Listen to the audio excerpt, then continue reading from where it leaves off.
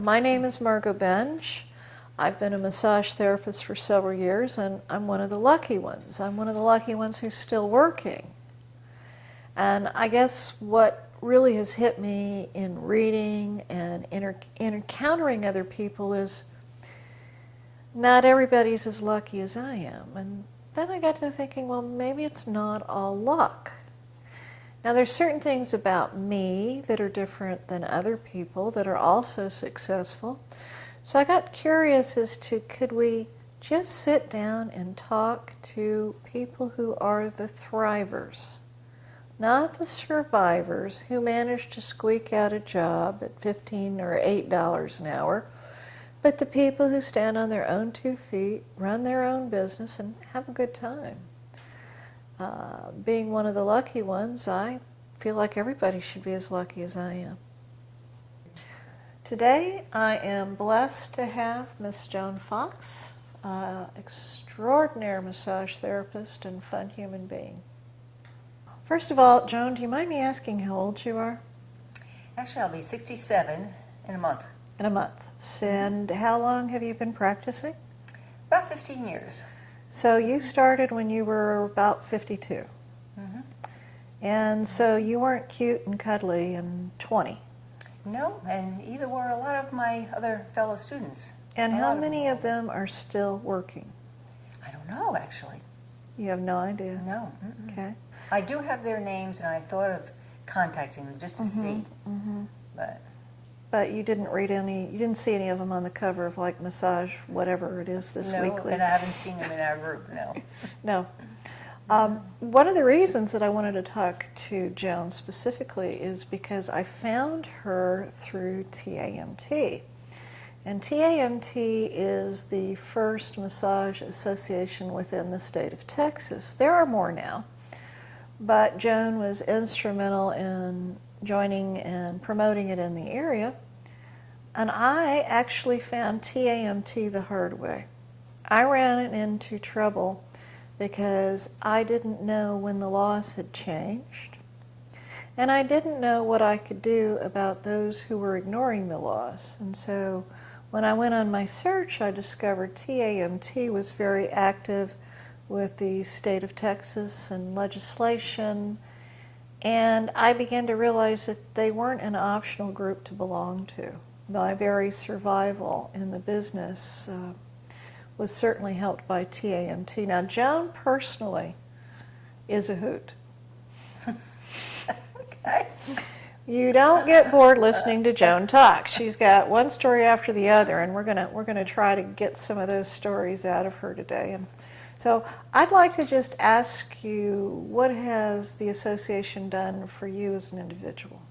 Well, I might start by saying that actually Texas Association of Massage Therapists, TAMT, actually is the only massage therapy for Texans. Every other massage group is national, and they have chapters in Texas. Mm-hmm. But the Texas Association is strictly for Texas. Florida, We got pride.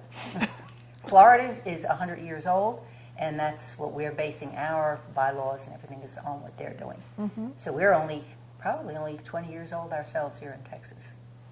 Kind of a young child after all. Mm-hmm. Mm-hmm. And it's been a difficult, upward battle. There's been a lot of people coming and going through presidencies and vice presidents, just because, like anything else, there's just only a few people who do all the work all the time, and they get burnt out. Mm-hmm. And how's it helped you as a therapist? I think mainly because other people appreciate the fact that you think enough of your profession that you want to expand it and see what other people are doing. And you're not afraid to see what they're doing, and, I don't know. You don't know? It's okay. No. You don't have to. Just wonder. What Joan doesn't tell you is that she gathers people together, and she knows if you say a name in the massage industry, Joan already knows it. She's already heard of it.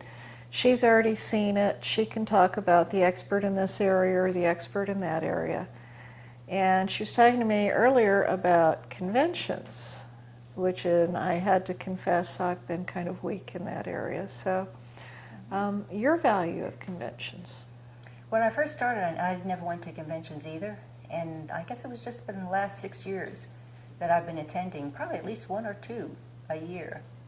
And I find them not especially educating through the classes that you take, but through the association with the other participants in the convention. They always have a little added something, you know, even if it's in the class where you're exchanging massages or something, and they'll say, well, why don't you do it this way, or, you know, your hands this way. And they don't teach you that on the video. It's through the other therapists that you're actually learning. And off, you know, during the lunchtime, things like that. The interpersonal relationships. If you want to know somebody who knows somebody, you ask Joan. She's a network major, and she's kind of understating her worth in that area. But one of the things I really want to focus on, because it's important to me, is why are you still in business after 15 years? I think pacing yourself is very important. In the class, that's one of the things that I did learn. The lady who was actually in charge of the school, she was much older at that time. She was probably 67, like I am now. And I saw her as being much older. And she paced herself, and she made sure she let everybody in the class know that they should pace themselves also. You know, not to get out there and just because you might be making, at that time, graduate $50 an hour or something, that you can do 5 a day, you know, for the rest of the week, and on and on and on. And that was very important to me, and I was just lucky that I didn't have to do that. So I started with one a day, one every other day, 2, 3, went to school at the same time, was going to nursing school. So I was just lucky that my business started growing gradually when I didn't really need it to be, whereas I've seen a lot of people, even newbies who come to our network meetings, they want to do it all. You know, they want to open a storefront, and they want to get into the 1,000 mailers that they're putting in the community. So it's not going to do it. You know, you got to get out there. And since I do know a lot of people, you just kind of say, why do I do massage therapy? You know, sure, I'd be glad to donate. Donations are a big part of how you get started. Absolutely. Because then they know what you do, and if you do it well, they'll recommend you. But what I'm hearing you say is, you know a lot of people. That's your personality. I was actually lucky because I already was a busybody to begin with, so I knew a lot of people before I got into massage therapy. So when I did, I got a lot of feedback from people, and they often, and myself too, I didn't even know another therapist. You know, I never knew anybody who had a massage. So it was kind of interesting that I even decided to do it. How did you decide? What made you wake up one day and say, this is what I want to do? Probably only maybe about 10 years ago. I had already been doing it for a while, just to do it because that's what I was doing. I went to school for it, so you do it. Yeah. And then I really got a love for it, and it seemed to be working, and the back and forth through clients. And it just seemed like this is a pretty darn good profession. And that's when I got into TAMT and seeing other people doing it. And that's how I started our chapter, I saw their cards, their business cards. I thought, man, look at this. They even have business cards. This is pretty cool. And you'd pick up their cards here and there. Where'd you get your business cards? My initial business cards was on a red construction paper, and I typed it on there. That was a lot of work. And then, and now on the computer you just zip, and it's all folded. Yeah. So when I saw theirs, I thought, man, look at this. They even got their cards done and everything. So yeah, and it took a while before I realized, it's not as hard as it looked. But yeah, and that's how I started the chapter, because when I went to the first convention, and they said who would want to be a chapter leader, I thought, man, I want to get in this. I think this is going to be very cool. So I went home, because I already had 10 cards, so I thought, there's 10 people I'm going to call. So I called them out of the blue and, just introduced myself and said, yeah, I had gone to a convention, and have you ever been in a networking chapter? And I'd like to start a meeting. And out of, I think there was 10 initially, and we all agreed that would be a good idea. And of course, it's like trying to corral cats to go to, and then we never got 10 all at one time. It was like 3 here, 4 here, 5 there. But and everybody was interested. There was one girl who felt, well, what do you mean? We're going to teach them in classes what we did for 5 years, or at that time 6, 7 years, whatever it is, and we're going to tell them what we've been doing? And I says, well, yeah, what's wrong with that, And they're going to tell us what they've been doing, They're just getting out of school, and all the computer stuff is all new, and they know how to make flyers and folders. And she said, oh, no, I don't want to do that. And it's interesting now, 15 years later. Is she still in business? She's still in business, and people know her as not to go to. So she has built a business, but it's not a very good one. Yeah. What do you think, what is your relationship with your clients? I know not names and not facts, but how do you feel about your clients? What part do they play in your life?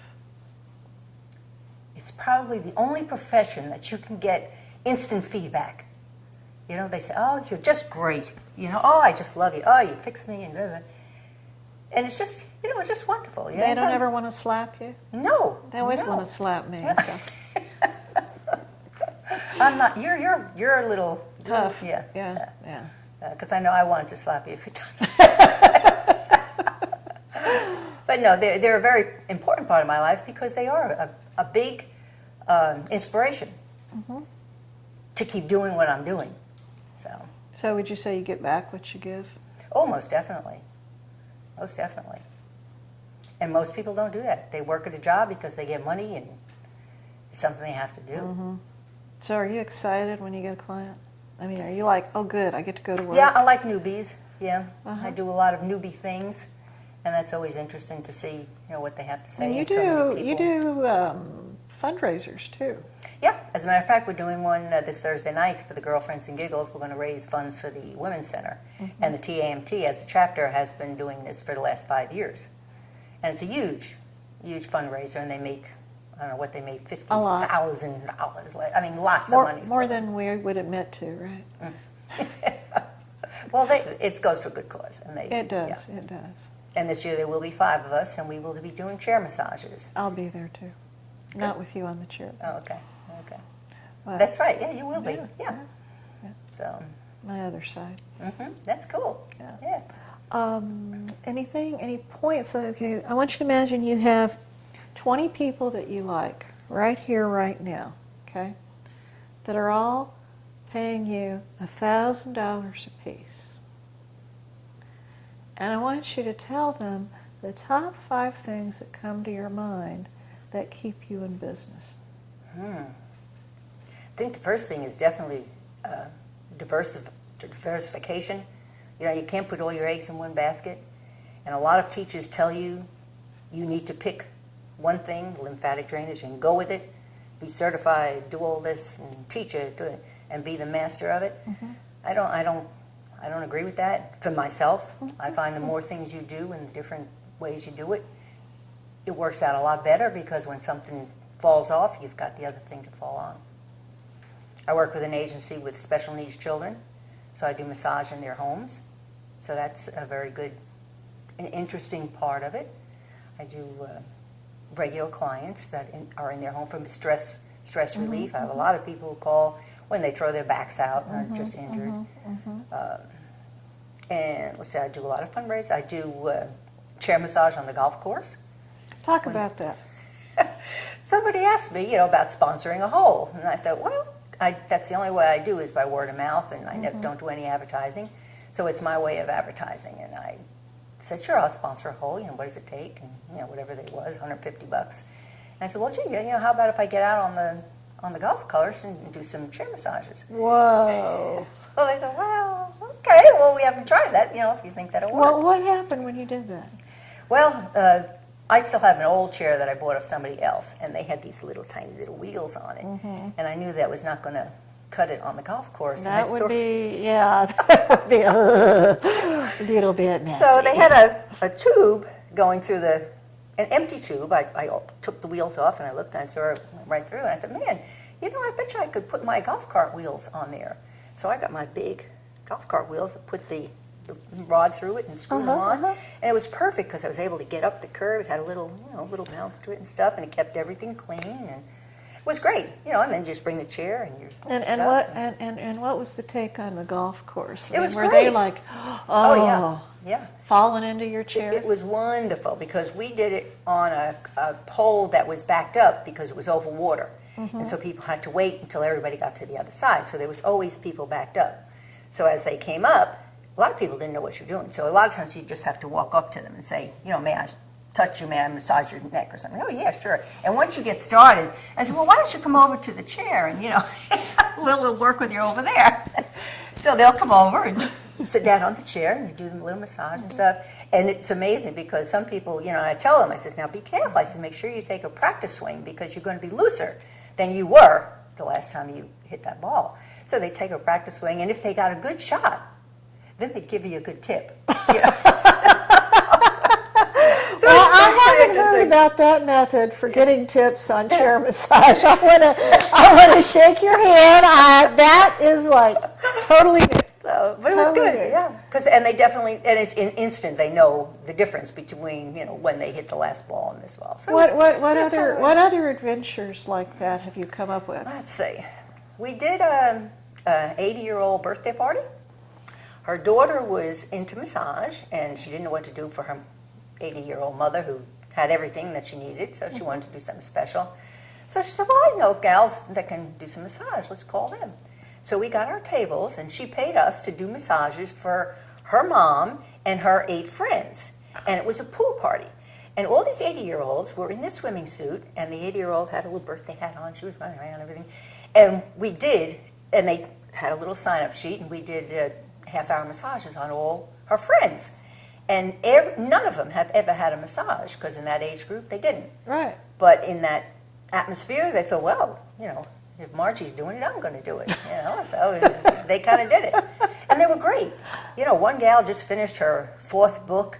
Another girl was a curator in a museum. You know, just very active 80-year-olds. You know, it was just wonderful, just wonderful. So that's another newbie thing. You know, and they got into massage and they knew it was all right. And educating them about what it's about. And this is what a massage should be like. If anybody does anything different or anything you don't like, or you have to explain to them. But they loved it. And what is the most important thing you would say to somebody who's never had a massage before? With me, it's always you're cute, but you're not my type. No, with me it's just the opposite. It's like you're always my type. It's good for you. It'll be good. I'll make you feel. You just take off whatever you'd like to. I've done many massages with clothing. We can do it at your home. We can do it sitting at your table. You do most of your work in other people's homes, right? Strictly. Strictly. Okay, so you always are taking your table out. Right. And I got to tell you, I admire you for that. I admire you for that. What do you see that, obvious, what are the pluses? I mean, I like that part where you don't have to share revenue with somebody else. Yeah, that's a very big plus. And actually, it just worked out that way, that I had a table and I had a dog at home and I didn't want to do it at my home. So I just started doing it at people's homes and nobody ever had that going. Are you tired of doing that? No. And No. how old are you again? 27? Did I hear that right? 27? Actually, I'm 66. I'll stay at 66. I will Okay. be older next month. But you're hauling a table, and how many massages do you mind me asking how many you do a week, roughly? Usually weekly, let's see. Well, I do my schedule monthly, and usually every time I turn the page for the next month, I have at least 30 of my regular clients that'll be on that. That are already on the books. Right. Right. And then people will call in addition to that. The impulse. Emergency massage, I call them. Yeah. That's right. Yeah, those. Or the people. And I usually go. I usually go. People know they can call me at the last minute. I think that's important too. You have to be ready to go when people want you to go. I think that's an important part of why you stay in the business. I know of one person who didn't want to go to people's homes because it was too much to carry. And I said, oh, I'll go. You know, that's what I do. And I've been working with that lady now for 3 years, and she does it every other week. So he lost out on a I would say so. pretty darn good Every client. other week, client's a good client. So, yeah. So, but I think that's important. You have to be ready to go when they want it. And now at this point, I'm starting to respect myself more because I used to go too often. And some people take advantage of you. They'll call you at 9 o'clock at night, this one gal and her family. And they'll call and say, well, can't you come tonight? You know, and I say, no, I just got in. And say, oh, please, you know, come on, can't you Don't please? you think, though, that what we're willing to do changes the more established we get? I think. But I think, too, it's... I know that when you're just starting out and the rent's due. Oh, boy. You won't believe what I do. Whatever you say. Right. I can do that. I can do that. That's right. Let me fly in. Yep. I did that with one gal, boy, and after the massage, she gave me a J.C. Penney bag, a shirt, and she said that she just bought it and she can return it for the $50 if I would return it to J.C. Penney. That's how I would get paid. Have you spent much more time soliciting her business? She was the very first, you know, she was the beginning. So I didn't bring it to J.C. Penney, and I told her, no, I can't do this. You know, I'll come back when you get the money. But I did when she called back. I still went back to her, you know. And Well, let's talk about artful ways of setting boundaries. Because you did set a boundary. You just gave a perfect example of that. And I think that my opinion is that very rigid boundaries aren't necessarily graceful. And we older women are sometimes a little bit more subtle in how we say things. So I'm going to go right to the one that drives us all crazy, and I don't care whether you're 20-something or 40-something or 60-something. Sooner or later, a client, I won't be sexist here, will presume something that has nothing to do with our industry but gets attached to it a lot. And I'm just curious as to how you handle what I'll call the passes, for lack of a better term. actually, I have been very lucky. Like I say, I only do it by word of mouth. People know. You've never, ever, ever? No, never had that. The only experience I did have was in school. And I think That's still one. the That's teacher still one. put him up to that to see how we reacted. I don't think it was Really? yeah. I think it was set up in school. How much do you think of your personality keeps it from happening? Actually, I don't know. I never thought of it. Because It's very matter of fact, I think. So a lot of people are comfortable with just the way you hold them, and they know you're in control of what you're doing, and you know what you're doing. And if you do something, bump up to somebody, or you put their pants up too high or something, say, "Oh, I'm sorry." It's a very matter of fact thing, and I never thought of it that way. And I think they know if they tried something. well, you'd probably deck them. Well, I don't know exactly what I would do, but they know I would not, appreciate it, and they would know they wouldn't, You don't send out they'd that strike kind of out, energy, so, so therefore. Well, I think the word of mouth thing is important as far as The one that time goes. I did get a referral from another therapist because she knew I worked in people's homes, and it was an apartment house, and she didn't really know the guy, but she gave me a referral. And as I was doing that, I thought, gee, she really doesn't know him, and I don't know. So I did put my tear gas in my massage therapy bag because he wanted the massage, and he had his friend in the apartment. So I thought, no, that's not really a smart thing to go in an apartment with two fellas that I really don't know, and she really doesn't know. Right. So it was kind of, and I mentioned to them, that, don't, I hope it's all right if my phone rings because my son was going to check up on me or something, just to let him know. Was your somebody son knew I really was going there. to check up on you? No, I never So even you just told I lied was through there. your teeth? And did it really well. I think that was a really artful way of setting a boundary. There you go. The one you'll never read in the books. But those are the ones that are the best. Those are the ones that are the best. Do you have anything you'd like to add to scoot people along the way? Something that might help them to stabilize? Because right now, people like us are the exception. The economy is bad, and a lot of people in our industry are going hungry. And a lot of people in our industry are going to make less and less and less. I heard, and I think you heard it too, somebody was offered a job at $8 an hour the other day. That's right, I did.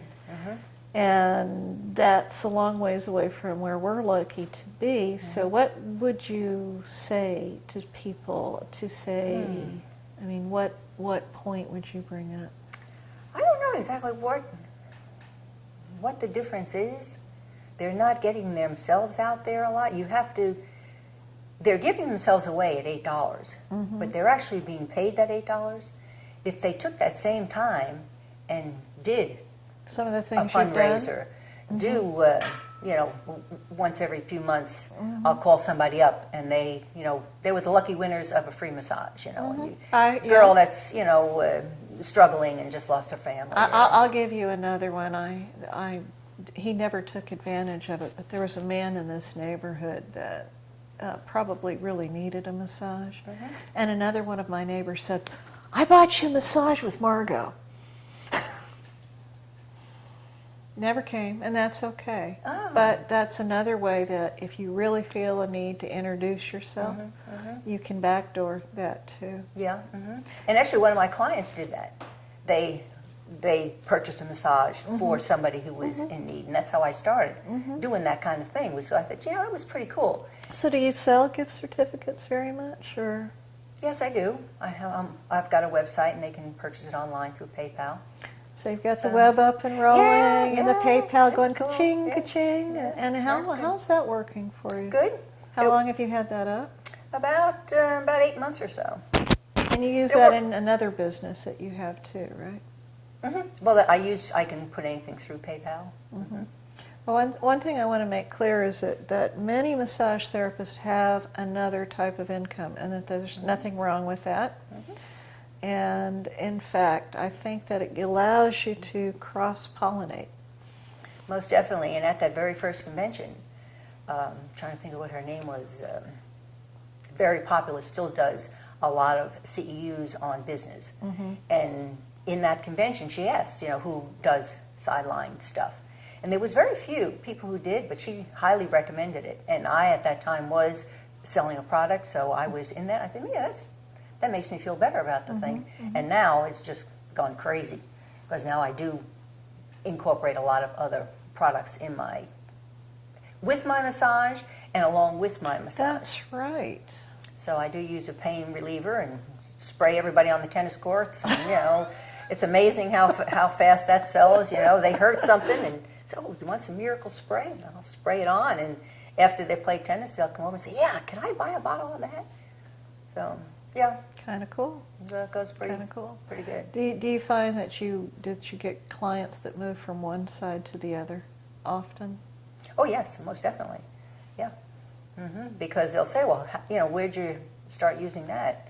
And I thought, well, you know, I started in my massage therapy business or whatever. And on happens to be, just by coincidence, on the labels, I have little labels that has, you know, massage therapy and some of my other businesses. Coincidentally? So I said, oh, you do Coincidentally, huh? Just coincidentally. It's stuff you're selling. That's right.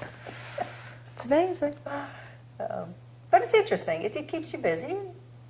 And like I say, if somebody cancels out, you know, sometimes I feel very, very badly when somebody does cancel and you're thinking, oh, you know, I'm so busy, and somebody will cancel and you think, man, that is great. You know, I really didn't have time for that. You know, and then you find out that they were sick or something, you know, and you think, man, I hope I'm not sending out energy. That's another good question. Now, that's funny, because I've noticed when I'm sick, my clients just drop off. I don't even have to pick up the phone. They just suddenly are not there. Give you time to recoup. Do you find that your energy reflects your business? I mean, when you're high, doesn't it? Is that when you have more business? Yeah, I guess. I'm talking emotionally up and. Yeah, that's a good point. Yeah. And a lot of people count on that I bring that with me, so I'll have to make sure I do that. So now, it's kind of let's talk about, I'm going to call it emotional discipline. I'm going to say the truck just ran over your cat. I don't even know if you have a cat, but go with me there for a minute. And now you've got to take that client. Do they know? What? Oh, yeah.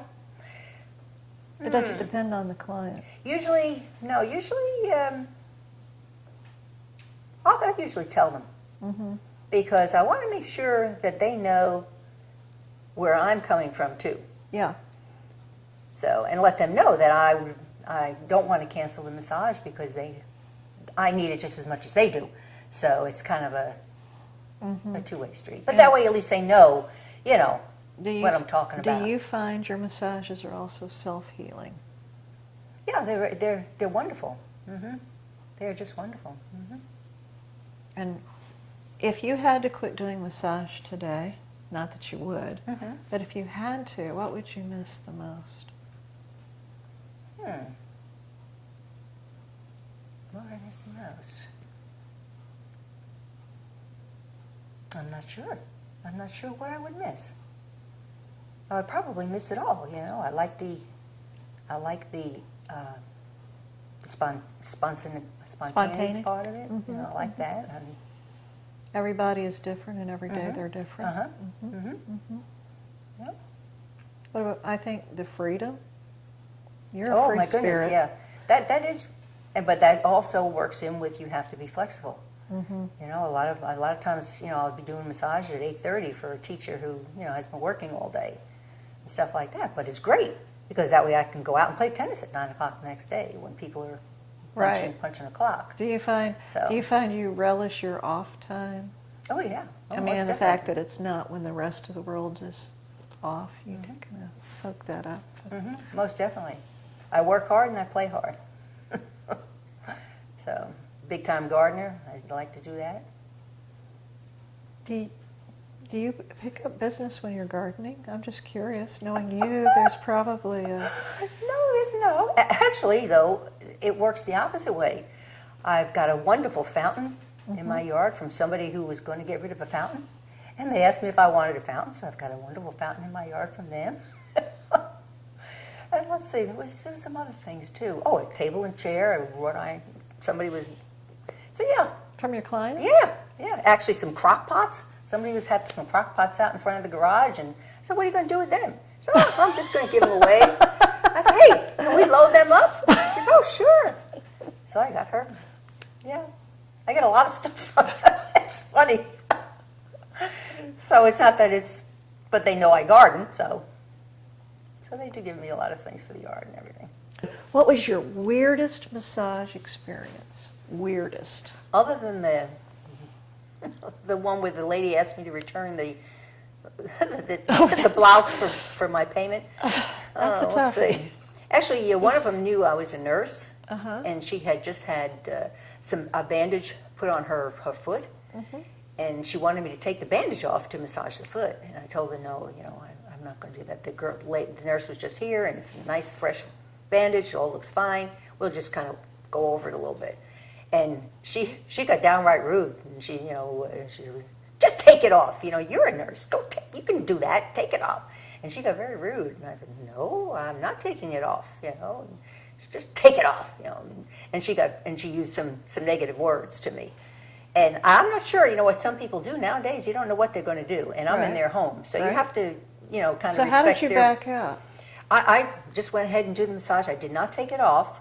I went ahead with it, but she was not a happy camper. But I did get out of the house. Not a big tip that day, right? No. But no gunshot. Actually, when she called me the next time, though, I learned something very interesting. When she called and I told her, oh, I've got some carpal tunnel acting up. I'm not going to be able to do massage. Good lie.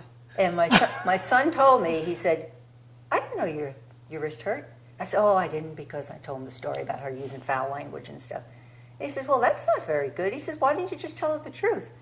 And I said, he's darn right. I should have just told her the truth. Did you? So I went and I called her up and I said, actually, I was thinking about that, and my wrist doesn't hurt anymore. It's just that I didn't appreciate your using foul language, and I don't think I would like to do any massages with you anymore. And she said, well, do you have anybody you can recommend?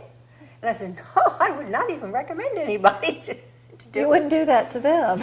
But it was so strange. It was just so strange. But I found it's still the best thing to come out and tell them the truth, why you're not working with them. But that was a very weird experience. Like it. Yeah. I guess she was looking for free nursing. Yeah, I don't know. I mean, she knew I could put the bandage back on and stuff, but Control issues. yeah, What are your experiences with special needs children? Because that's a very unique field. How did you get into that? And Actually, one of my friends had a child who was born with cerebral palsy and a lot of other things that were not even diagnosed. And she was then, at this time, about 8 years old. And she had been on the list for massage since she was born. And out of the blue, somebody called her and said, well, your name has come to the top of the list. You know, we'd like to do massage. And she said, well, can I have somebody I know come and do it? So they said, yeah. And so she called me up. I said, well, I don't know. I says, but, you know, I've done massage, so I'd be glad to come over and check it out. And I worked with her for about, I worked with her weekly for about, I guess about 6 years. And it was just very interesting. And then she is the one who got me in with the agency. And then they got me more how would clients. you, if say if somebody was interested in this, how would they find the agency? I mean, obviously it helps to buy Actually- Joan nice presents, but Actually, is I this don't even... agency everywhere? Is it just local? I'm thinking, okay, if somebody in Saskatchewan, well, Saskatchewan maybe not. Is this a national program or a Texas I program? believe it's out of Medicaid. Out of Medicaid. I believe it's covered So through Medicaid. Medicaid is covering massage for special needs children, at least as far as cerebral palsy. Are there any other conditions that they cover? Autistic? Okay. I've had one with Castleman's disease. What is Castleman's? That one's just, That's- I know a guy with that name, but And we don't know actually, it all that's- without looking it That's why up. it's named after a doctor who found the syndromes. Okay. And a lot of these children do not speak, so they're not able Verbal. to tell you what's going on. So they make some noises and gestures and stuff. And No, I mean, you got me curious now. This is the business-minded side of me. Is this something where if you did a little bit of work, you think you could develop? Say if you solicited doctors who handled these particular types of cases and said, I do massage in these fields, do you think it would have grown? There's very little research done on it, so I'm not sure if you would be able to convince a doctor that it would be beneficial. Okay. So the real issue is the money's there to do it through Medicaid, right? But they have to have a doctor's order to get it done. The doctors don't know to put their names on the list. And that's how this little gal just happened to, because this doctor was in on it and just said, oh, put your name on this list. And then when it comes up, and she was 8 years old before.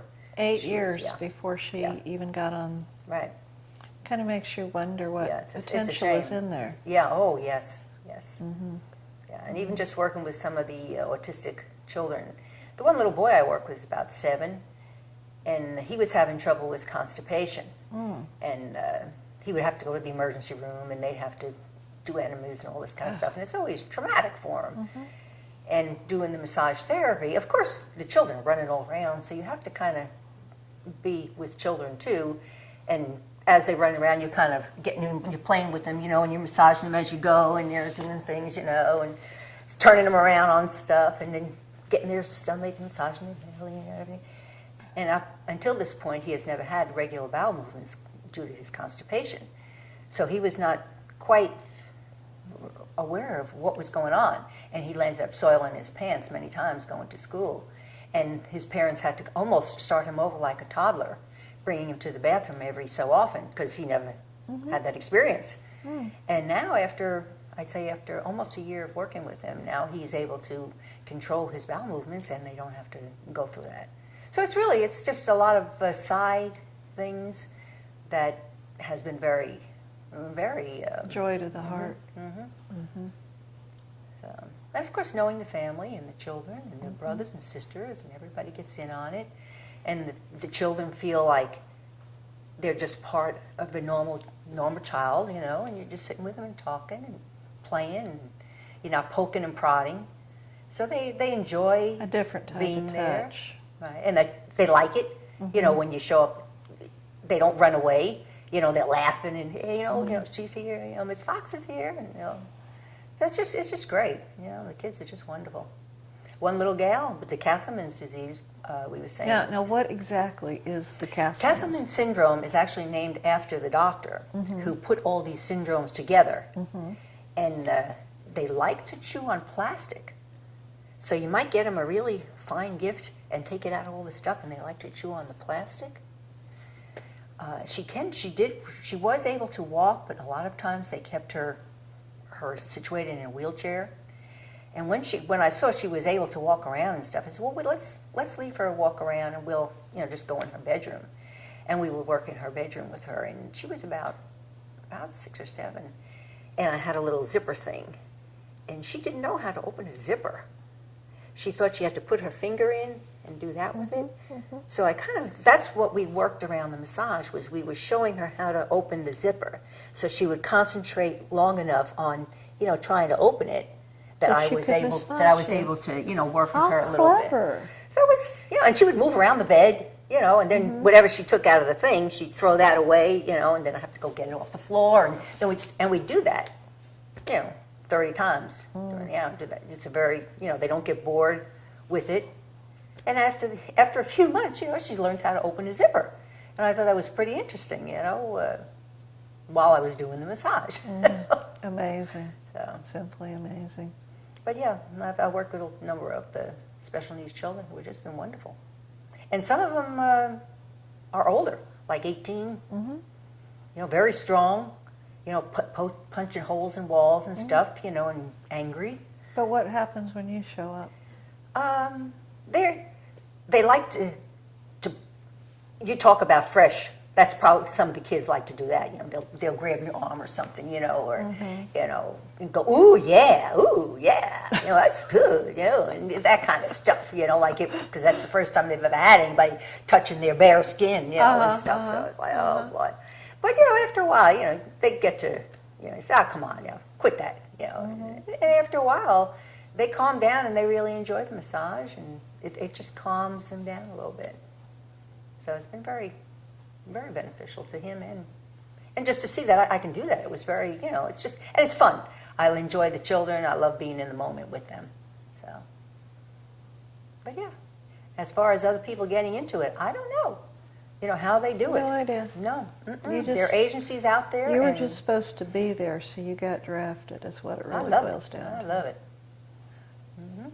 And that's why I think people just should be open to what's around and not be afraid to try it. But you got to try new things. Absolutely. Well, one thing's for sure, you're having fun. And I think that's an important part of it. Enjoy what you're doing. Yeah. Okay. I'd really like to thank Joan and especially appreciate her sharing today. I'm going to be looking forward to interviewing others, but she has certainly set a stage for them to follow.